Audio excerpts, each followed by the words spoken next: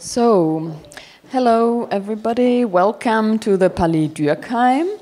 I'm really pleased that I can introduce to you Lucia Santaella, who is a professor at Sao Paulo Catholic University, the director of the Center of Research in Digital Media and of the Center for Pearl Studies.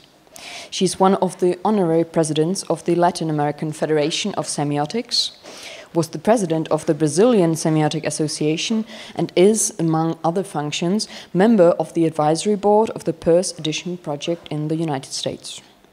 Lucia Santaella directed the Brazilian side of the Brazilian-German research project on word and image relations in the media, and participated in many collaborative research projects on technical images, new technologies and sound grammars, or on the production and diffusion on scientific research in the digital era. She's been involved in a number of projects connected to Germany, was guest professor at Freie Universität Berlin, and is presently an associate member of the Interdisziplinäre Arbeitsgruppe für Kulturforschung at the Universität Kassel. So we are very happy to have you in Germany again and here in Weimar, and welcome, Lucia Santaella.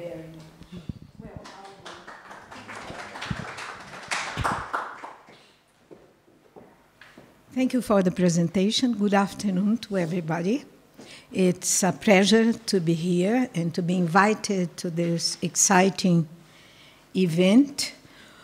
Well, this title, Exo-Evolution, was the title of an exhibition in ZKM.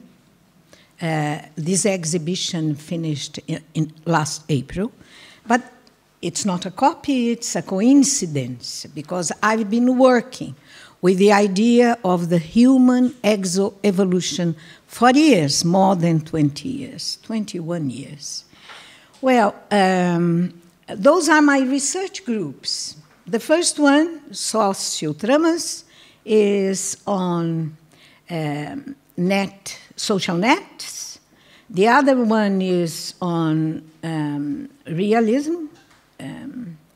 Not only it's on the new movement, which is called the ontology towards objects, speculative realism, and the third one is on Persian, Charles Sanders Peirce philosophy and semiotics.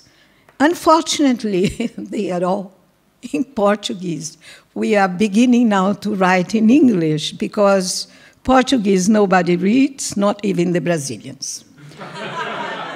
So, well, we are going to have several images. They are not just illustrations of my talk. They are complementary, but they have a life of their own. That means that they have their own signification, okay? Digital technology is an ingredient of contemporary culture without which science, art, work, education, politics, and economics, in sum, the whole range of social interaction and exchange, both national and international, have become unthinkable. What's going on the interface and symbiosis of humans and intelligent machines? And what do these developments mean to our social, cultural, and psychic life at the beginning of the 21st century? This is a question that has been at the top of the agenda of specialists in all the possible areas of knowledge and understanding. How can we comprehend the paroxysm of communicative exchange when the communicative exchange and sharing that occurs only in 1 minute, 60 seconds in the internet? I'm not going to read. We read in silence because there are so many numbers. 1 minute.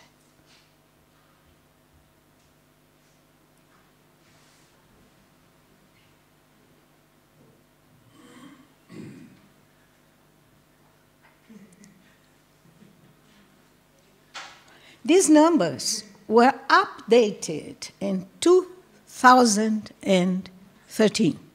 I didn't care to update it to our day. 3 years ago.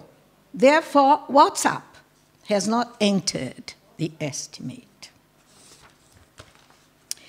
From the point of view of my specialization, which is on media, philosophy, and criticism, and on semiotics, my point of departure is similar to the one that Umberto Eco formulated already in 73, last century, 1973. That is, there is no culture without communication. Equally, there is no communication without science. Hence, what we exchange and share when we communicate are science, all and different kinds of science, not only verbal. So what I'm going to present is the semiotic hypothesis that I have been developing for decades. As far as we understand digital media, not only in the context of a mere change in the media, but also as a profound cultural revolution, the remodeling of the human body and the reconfiguration of the human mind and consciousness can no longer be denied. Confronted with this new reality, we find both the salvationists who believe that technology will be able to accomplish unprecedented feats, and on the other extreme, the apocalyptics who proclaim the death of nature and the dangers of dehumanization. Between such extreme positions, without denying the new cerebral and sensible order emerging from the hybridization of the organic with the synthetic, as for a long time I have been working with a semiotic hypothesis to enable the understanding of the continuous growth in the exchange and sharing of messages, which from now on I will call science. Messages are made of science, not only verbal science, but also visual, body, sound science, and all their hybrid forms. With the consequent growth of the human individual brain into a huge collective brain outside the biological body. For this indisputable expansion to occur, the means of communication, exchange, and sharing of science have played a fundamental role since time immemorial. Well, the picture that they put in the program is another version of this metaphor.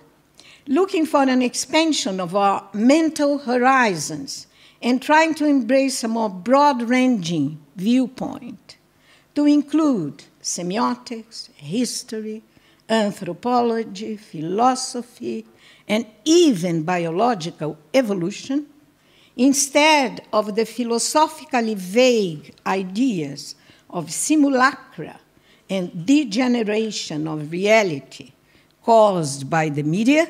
You can see that I'm not Baudrillardian.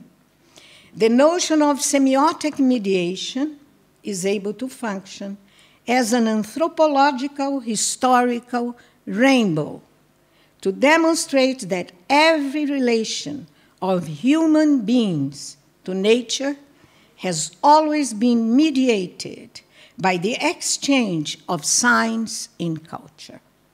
The present status of our cyber minds and bodies is the result of a long and gradual process which began when humans arose to the condition of the Homo erectus that gesticulates and speaks. Ever since humans were constituted as such, biological and technical orders have evolved in symbiosis. During the evolution of Homo sapiens sapiens, there has been a permanent growth of the human brain outside of the human body. And the human ecosphere has become more and more intelligent, full of science, culturally marked. In short, it has become a semiosphere. Others call it infosphere, but I prefer the term semiosphere, which was created by Lotman, the Russian semiotician. Since the notion of sign is much more objective than the vague notion of information. The remarkable advances a long time in the evolution of the semiosphere, that is, in the growth of science and media, have brought as one of its consequences the gradual and increasing complexity of the techno and the semio-diversity of communication and culture.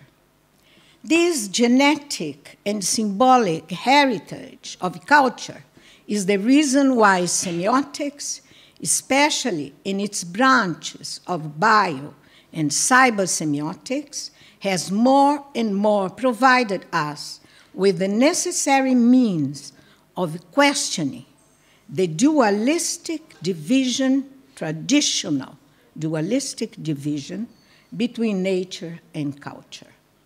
In the light of semiosis, understood as the growth and continuity of science, the sharp boundary between the natural and the cultural world fade away.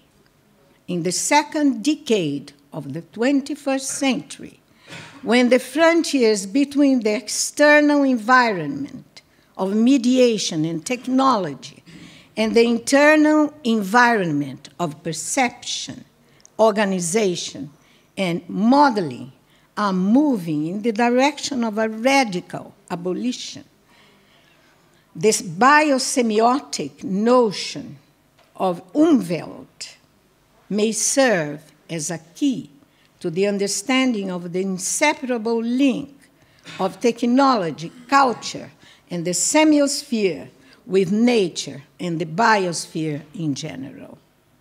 As we know, Umwelt, a concept that was developed by the German biologist Jakob von Uexküll, does not refer merely to the physical and biological environment of an organism, but also to its subjective world, which consists of its specific, adaptive, perceptual field. Hence, only the perceptual and operational ingredients of the environment are able to form a meaningful Umwelt for the survival of the organism, and consequently for a community of subjects.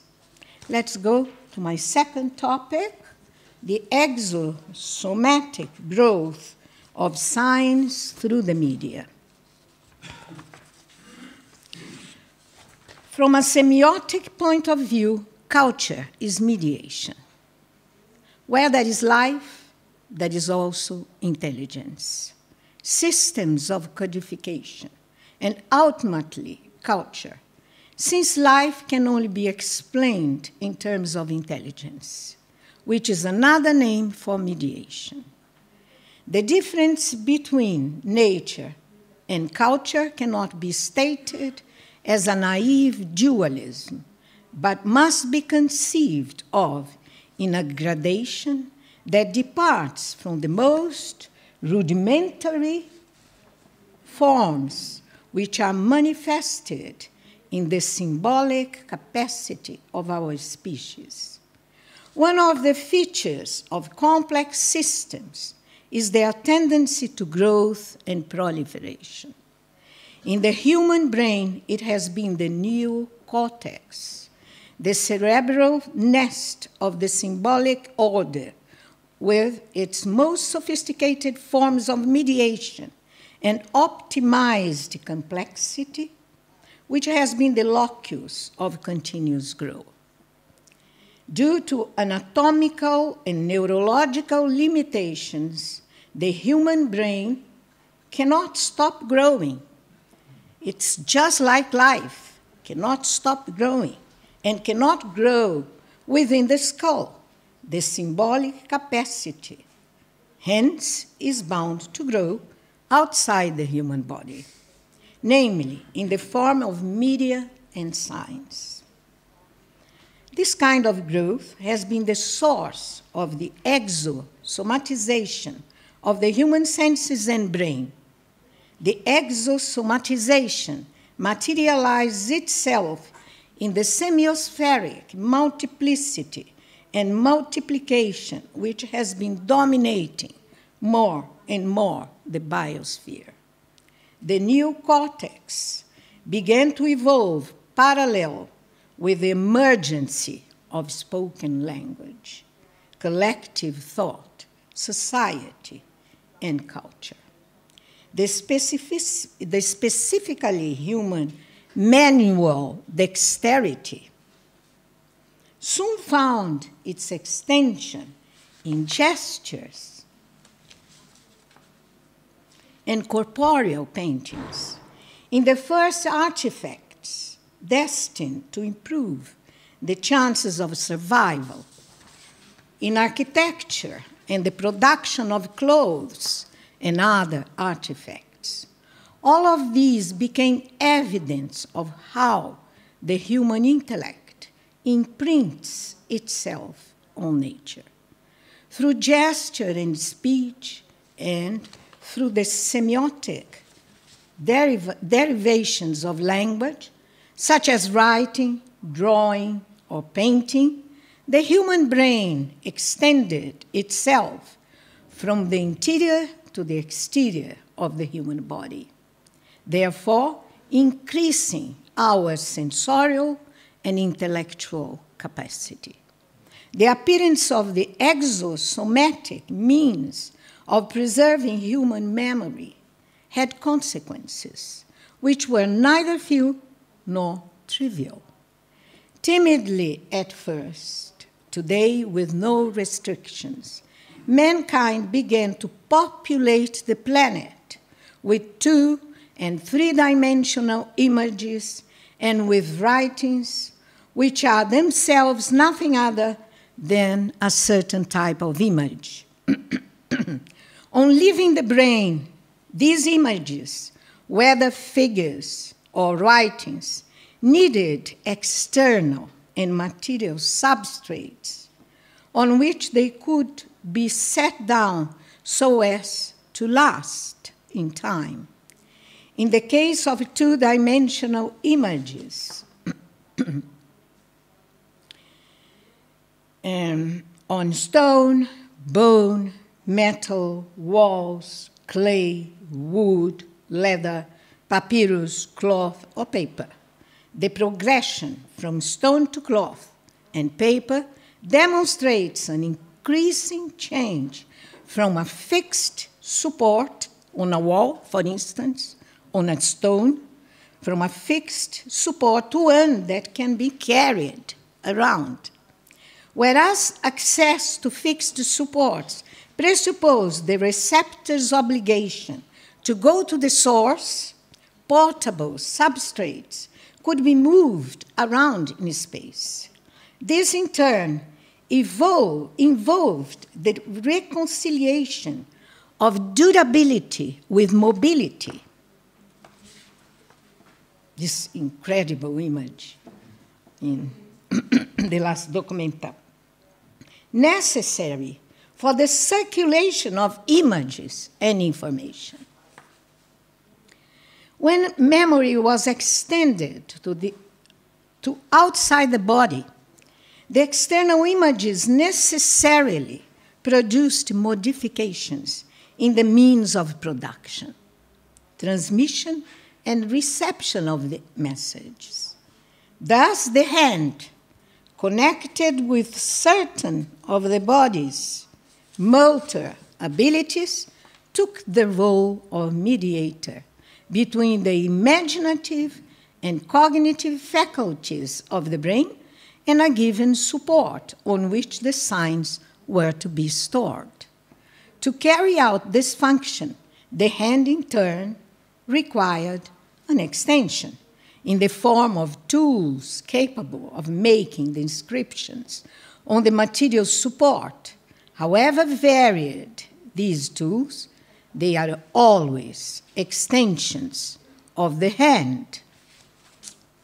We are not losing the hand. Thus, hand, and there is one of the chapters in Flusser's book about the hand, and I wrote about it in Flusseriana, which is a huge kind of dictionary in 3 languages that has been produced in 3 languages, Portuguese, English, and German. And I wrote about this subject, hand. The hand and tools came to work together as means of production, extensions of the brain, leaving in the outside world marks of mankind's symbolic capacity. The channel of or means of transmission, which in speech was in the body. When we speak, we have everything in our body, and you listen with everything that is in the body. But here, the channel or means of transmission, which in speech was in the body, now moves to the external vehicles, while the eye, as the encoding and decoding organ, and the act of gazing as definer of intentionality and purpose of vision, come to exercise the function of means of reception. Signs began to diversify in the outside world, including sculptures, drawings, paintings, and written language stored on specific supports such as books. From their most rudimentary and primitive forms, they began to demand means of conservation. Storage and conservation necessarily go together. So there arose temples, libraries, museums. The impact of oil paint, when first used during the Renaissance, was not accidental. The gradual addition of oily matter to tempera for painting on wood led to oil colors with better handling potential and greater flexibility. This in turn allowed the possibility of using cloth, nearly always linen, as substrate. Oil on cloth, less liable to degradation, allowed an alliance between the light and portable nature of a picture and the need for its conservation in museums. This fact is that the fact is that signs are fated to increasing proliferations. An important demonstration of this fact was the invention of the printing press, thanks to the Germans, the forerunner of what McLuhan made known as the Gutenberg galaxy. The means of production now comes in itself to be a means of reproduction. An enormous number of copies can be made from a single matrix. With the printed book, we arrive at the primordial of the processes of mass communication, which made it possible for an increasingly wide public to receive verbal, visual, and sound information.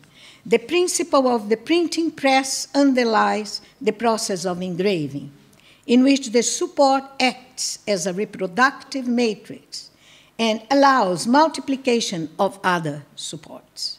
Rudimentary processes of reproduction had existed since the times of the Greeks.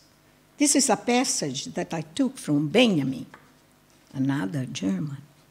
A long time before the printing press allowed the multiplication of writing, in the Middle Ages, copper and the aquatint appeared as alternatives to wood. Even so, it was only at the beginning of the 19th century that reproductive techniques made a decisive step forward in the form of lithography. The use of a stone block for printing, rather than carving a drawing on wood or engraving it on metal, for the first time allowed the graphic arts to get into the business of reproduction in series and to produce new works day by day.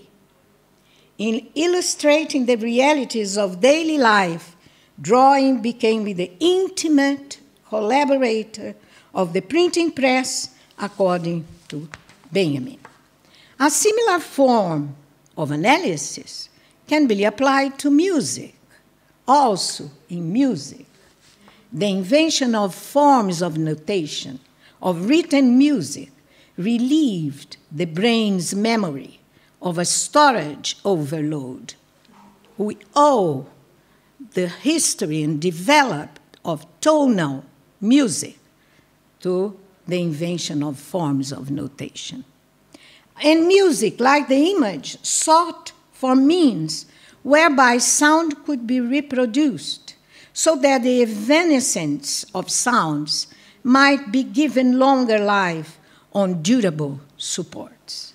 The great leap occurred, however, with the change from art crafts, in which body and hand still reigned supreme, to the industrial and mechanical world.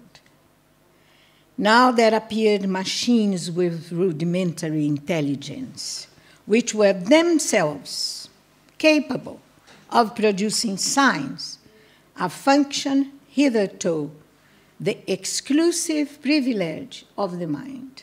The first of these machines, the forerunner of what would come to be more properly known as technological media, was the photographic and film camera, which appeared in parallel with the typewriter and the gramophone, as this was acutely discussed by Kittler, another German. I'm becoming suspect.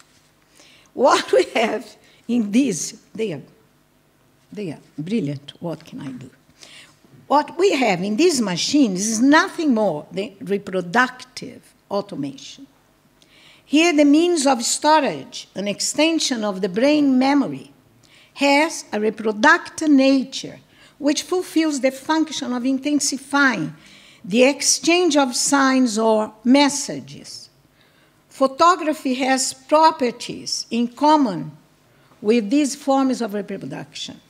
Yet it was to introduce some revolutionary novelties.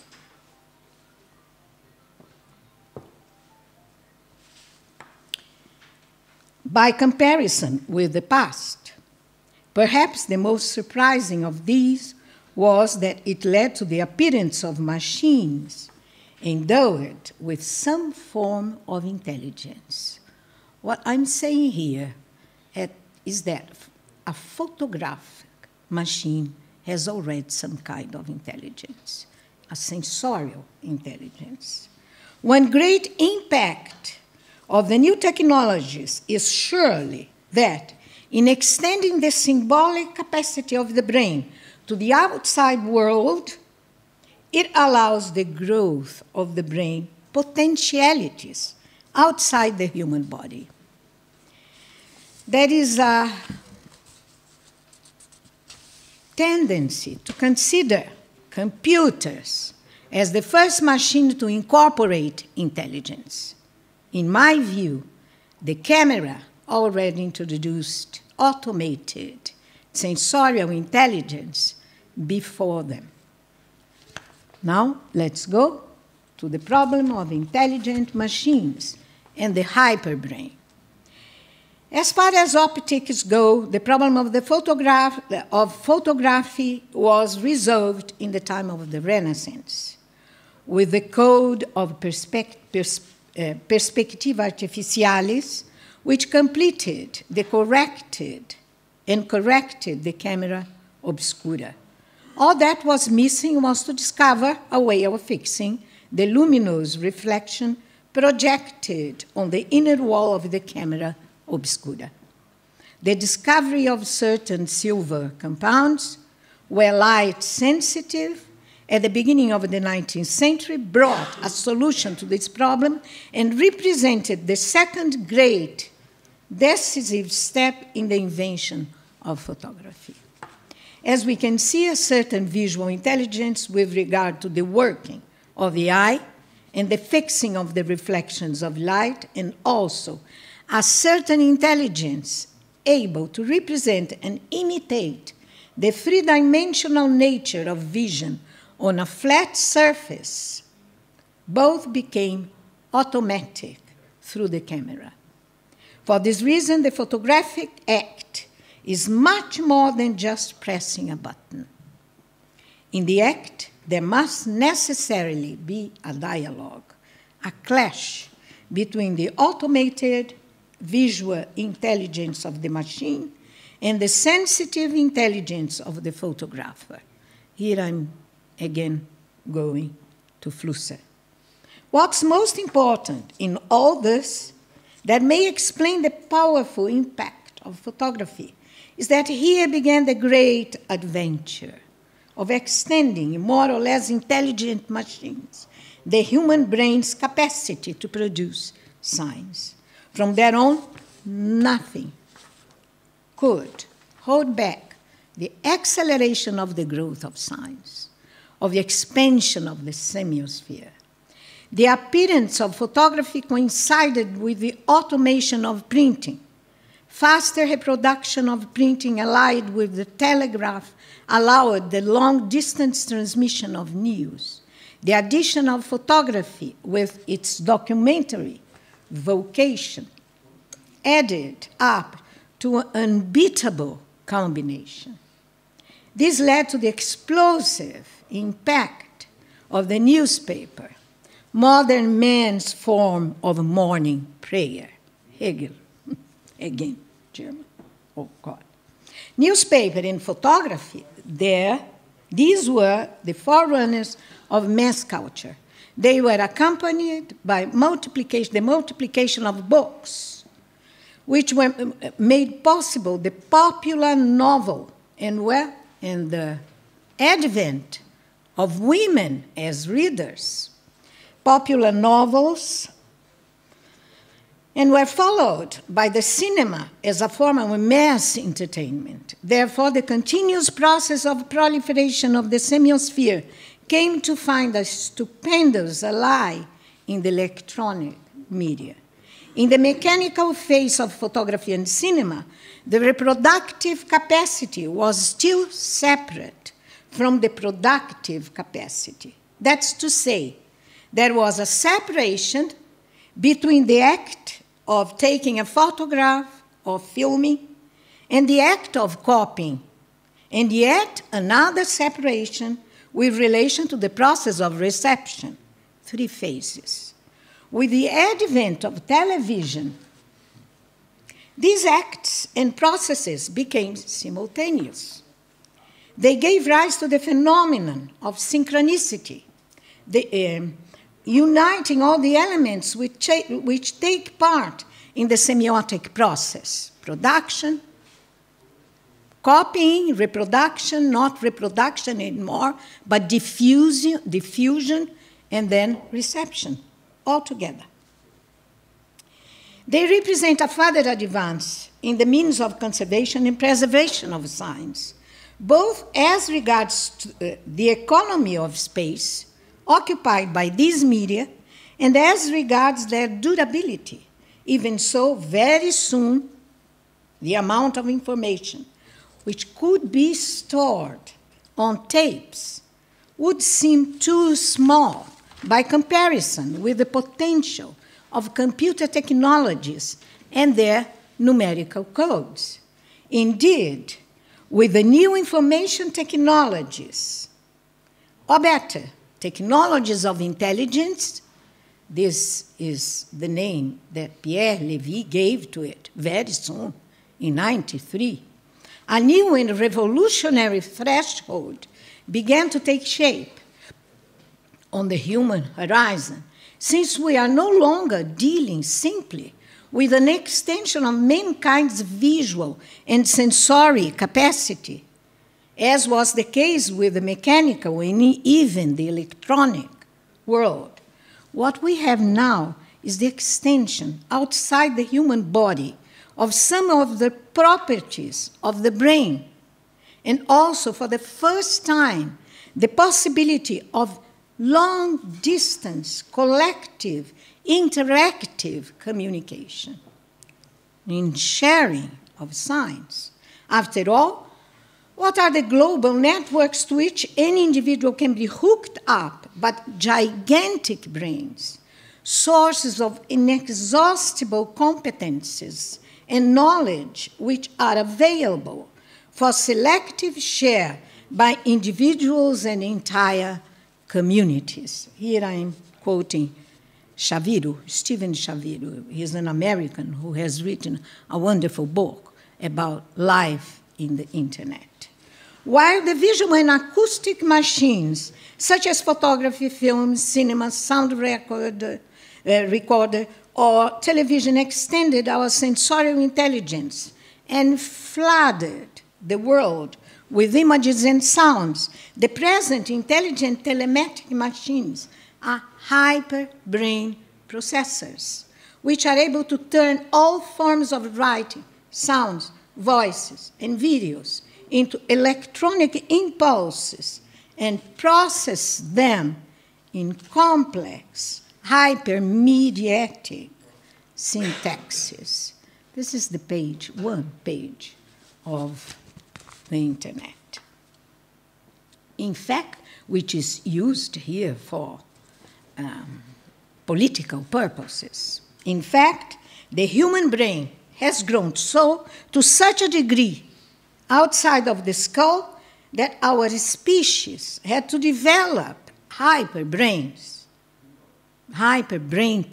processors to accomplish tasks of retention, retrieval, and transformation of data, which in our age have come to the point of terabytes that are treated by big data algorithms. So, the last topic, a biotech evolutionary leap. In his book, The Evolution of the Modern Mind, Merlin Donald, who is a Canadian, develops his thesis that the proliferation of writing and image production, culminating in the mediatic hyperproduction of audiovisual science and in the more recent telematic technologies, constitute the third biological evolutionary leap of the sapiens sapiens. Whichever these technologies may be, phonic devices, drawing instruments, photographic machines, film, video, holography, computers, smartphones, telematic webs, they are all more or less complex prostheses, which not only amplify the senses of our bodies, but also reproduce and process signs which increase the memory and cognitive capacities of our brains, intensifying and expanding our ability to communicate, interact, exchange, and share science, ideas, and knowledge. After having peopled the Earth's surface with more and more complex offsprings of the intellect, it was in the sky that the human body and mind began to locate their new extensions. Kerckhoff, also Canadian, has argued that the human skin has begun to acquire a global extension. Our skin is not here in our body anymore. It's in the planet. Such extension is due to the poly-hyperlocalization of the human body, resulting from the extrasomatic growth of our brain. Signs are now migrating to the sky by means of satellite devices. As I have argued elsewhere, the most sophisticated and almost autonomous organs of vision, I developed a semiotic analysis of these kinds of images, are now surrounding the planet. In this way, our eyes have grown to an astronomical dimension, since our globe can now be perceived in the form of pictures coming from remote satellite cameras. However, the dimensions of our perceptual organs do not stop at the limits of the globe. They advance by means of radio astronomical antennas, which make our ears acquainted with even more remote stellar noises. At the same time, the computer allows us to represent the intergalactic events and stellar trajectories which are being registered through powerful, more and more powerful telescopes. This gives us access to a whole new universe, of which until recently we only had a mathematical and speculative representation. This is a planet, new planet that was, well, Jupiter became very, timid if we compare to this planet. Well, no less impressive than these macroscopic sensorial devices giving us access to our cosmos are the microscopic means which give us access to the interior of our body through magnetic resonance, scanner, laparoscopy, tomography, echography, angiography, artificial colorization. The remotest recesses of the body can now be revealed, turned inside out. Many artists began to explore this new dimension since the 50s, when the first, instruments to see the interior of the body began to be explored. No less impressive,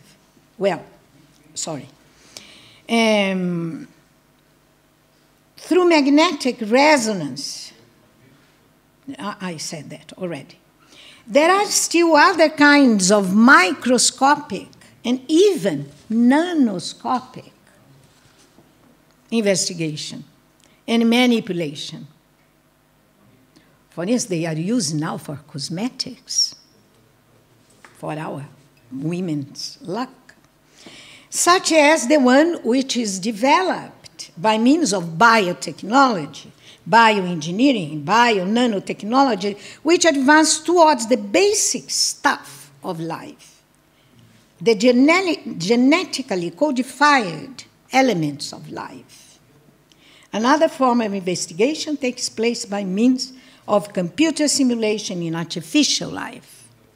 Anything may be simulated by computers, not only many of our brain operations, but also our hormone system, noise, and the redundancies of the biological phenomena.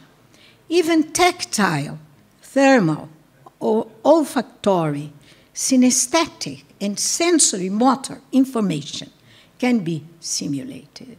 In sum, life itself can be simulated, and all the ethical problems that this brings, giving birth to a dry kind of life, replicating in silicon the humid carbon forms of life, and very fragile, the carbon form of life.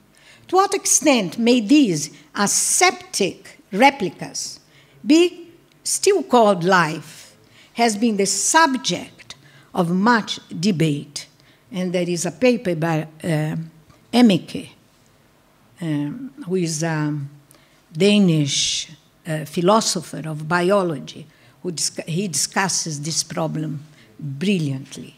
Next to artificial life, through computer simulation, that is virtual reality, mixed reality, augmented reality, the plurisensorial mix, which until now has only restricted to processes within the brain, can now be realized in projections on screens of multi and hypermedia outside the human brain. Hence, our cognitive dimensions are extended to the sensory motor and polysensorial levels, resulting in the expansive involvement of our body in a global synesthetic cycle, sensoriality, and with mixed and augmented reality in a seamless mixture of physical and virtual experience. In sum, if we understand by media in general, each and every means of communication and exchange, the first media in the history of culture were the human speech organs. They're still here. They are not dead. The evolution of language gave rise to the development of the diversity of exosomatic means of sign production. In the history of culture, every new medium has given rise to changes in its social and cultural environment. But the advent of a new environment has never caused the complete disappearance of the previous one. This is very important to understand what's happening in the hyper-complexity of our culture. The other forms of levels and forms, historical forms of culture, have not disappeared. They are still here present, but with new functions. On the contrary, history has shown that the means of exchanging and sharing signs are cumulative and complementary.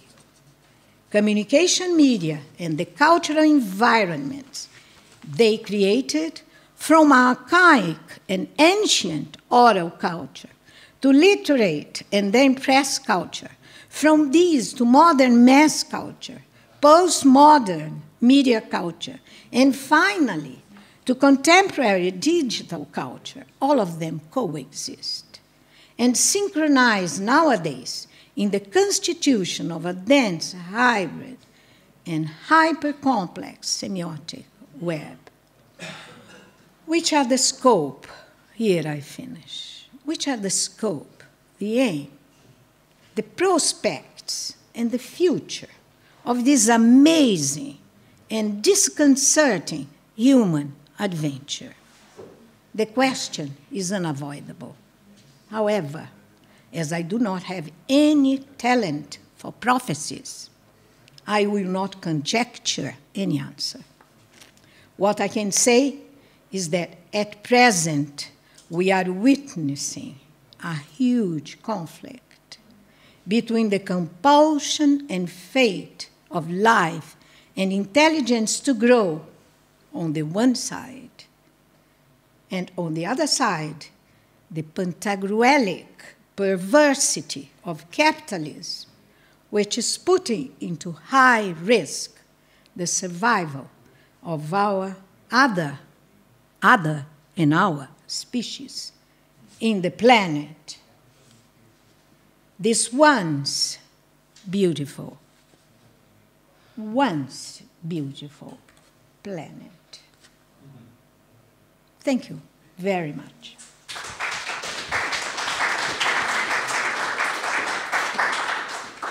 Okay. So now we'll have discussion of the paper. We don't have that much time left, but at least...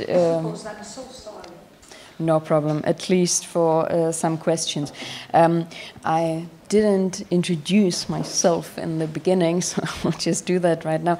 I'm Kateřina Krtilová, Kateřina Krtilová in German, and I'm the researcher and coordinator of Research Institute housed in this building. No problem. It's the media. The technology is everywhere. Which is called Kompetenzzentrum Medienanthropologie, the Competence Center for Media Anthropology. So this is the right place where we should discuss these topics that have been brought up in the discussions earlier already, not talking explicitly about technology, but when we talk about sharing economy and new models, obviously there's the problem of that these models are enabled by technologies. They wouldn't be possible without the technology. I would have many questions for you, Lucia, but let me just, because it seems to be an important term for you, to ask you about... I'm not performing. About the notion of evolution and the evolutionary model that you presented. Because when I put it simply, there are two competing models of media history, and that would be the evolutionary model and the model dealing more with ruptures and revolutions, and stating that history is not a development, but history is completely discontinuous, and all narratives are just projected onto facts that are completely separate. And from this viewpoint, in Weimar, there have been several colleagues developing this viewpoint. Each medium co-produces its own history and a different historiography. So our history is bound to writing, to speech, so narrating, and recording this narration. This is put in a very simple way, but it's really dependent on this technology, on this cultural technique of writing. That's why we have history. You know it, obviously, from Wilhelm Flusser, this model. He combines these two models, the evolutionary and this revolutionary, we may say so, model, telling a story, first of all, about the human abstracting from the world. In the beginning, he's embedded in a life world of 4 dimensions, then there are 3 dimensions, we are grasping objects, then we have 2 dimensions, images, 1 dimension, the text, and then comes the 0 dimension. But there comes the rupture.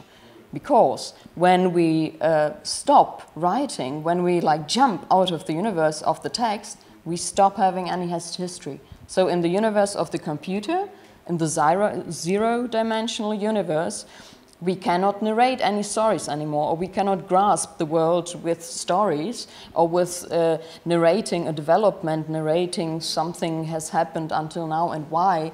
All these explanations are all in vain, because now we have to think in a completely different way, which, as you have shown on the beautiful slide with all the numbers, is maybe completely not human anymore.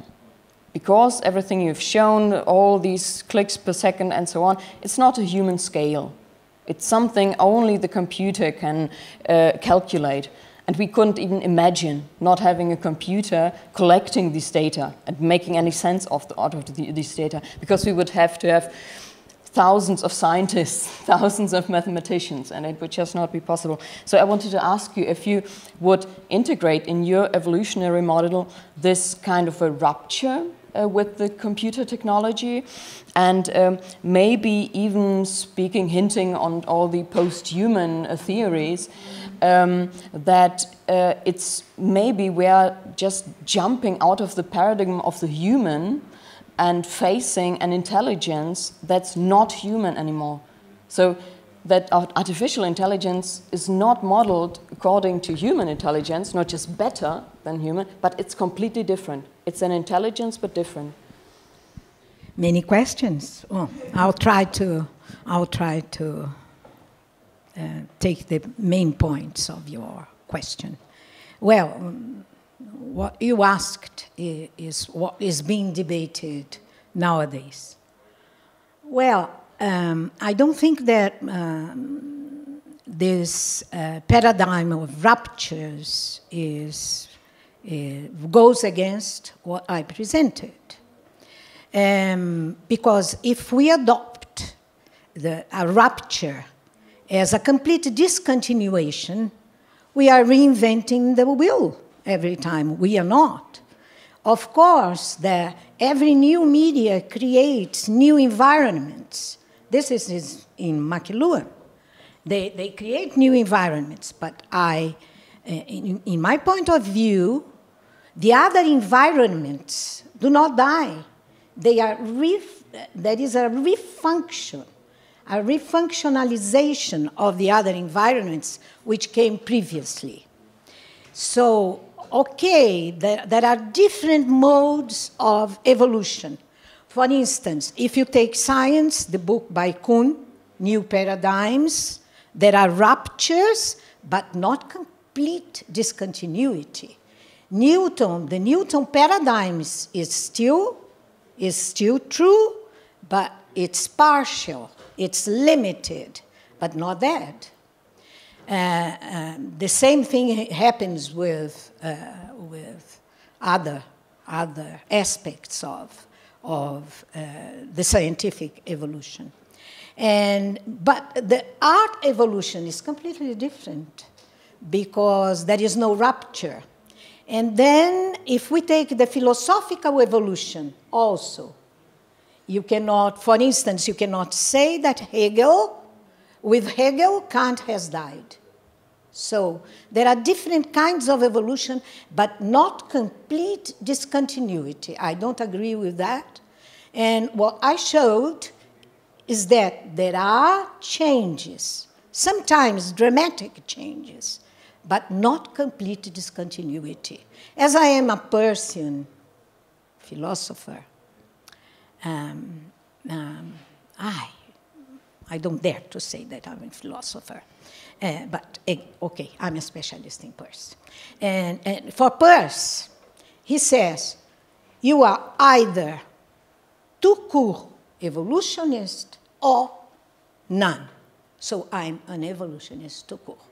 And I think that we have to come to a complementary view of continuity and rupture. Both act together. But what I defend is that humankind has a history, what I called an anthropological rainbow, which is the only way that we can have to understand what is happening today. So I do not believe that the human being is disappearing or that the human being doesn't exist anymore, which is one of the narratives of post-human. I don't agree with that. So I wrote a whole article on zero-dimensionality.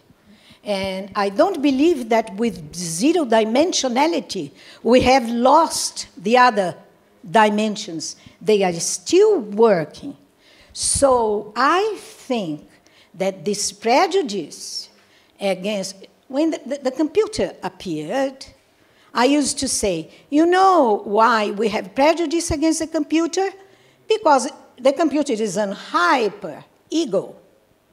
So it's still, you know, the Cartesian paradigm is so powerful, still so powerful, despite Nietzsche, despite Freud, despite Marx. The Cartesian paradigm is still very, very powerful because it gives us a robust idea of our ego. Now we have to understand that our ego is something very insignificant because when we think that the human being is disappearing, it's because we are still very connected to an idea of the old idea of philosophy of humanity, which is based on individualistic criteria. That's what I think. Okay, thank you very much. And unfortunately, we've run out of time, but still, I think if someone has a short question, we could still bring it in, because I think 5-10 more minutes wouldn't matter. So is there a question from your side? It's all too much, I guess. Okay? I think she has a question. Practical one. Can you please come close to the microphone? It's really like practical one, adding to the dimensions. Like, what do we do with the old information of the other dimensions we used to store lots of information there, and then we are jumping into this zero dimension with a different language? What's happening with all our old books, our knowledge? Where do we put it? Because I was really triggered also by Kindle? Sorry? Don't you read in the computer, in Kindle? Well, So I was triggered because of I worked with storing of information, and this is a big dilemma actually everywhere, yeah, I know, everywhere, because you I cannot know. transfer, right? This is, and then we lose maybe or other dimensions, and maybe we would just jump into this zero dimension, and everybody's just scared. We are scared because it's more. The world is developing in such an acceleration that goes beyond our capacity to understand. I think so. So there is a lot of debate about that. And I've been working about this new paradox, the paradox of conservation of this new media, digital media, for the despair of the artists. They produced something 5 years ago, and today this is not working anymore. So this is a big paradox. So I think that what's happening now in our life as human beings is full of paradoxes, is full of ambivalence. For instance, at the same time that we can, well, this was the person who works for, you know, he repairs things in my house. He was calling me. At the same time that we can connect with the whole world, something very prosaic, with the whole world, at the same time we are submitted to terrible surveillance. So we are living in a time of pure contradiction, paradoxes, ambivalence, but they are inside us. If we read Freud, we are going to find that out. Okay, so thanks very much again, Lucia Santaella.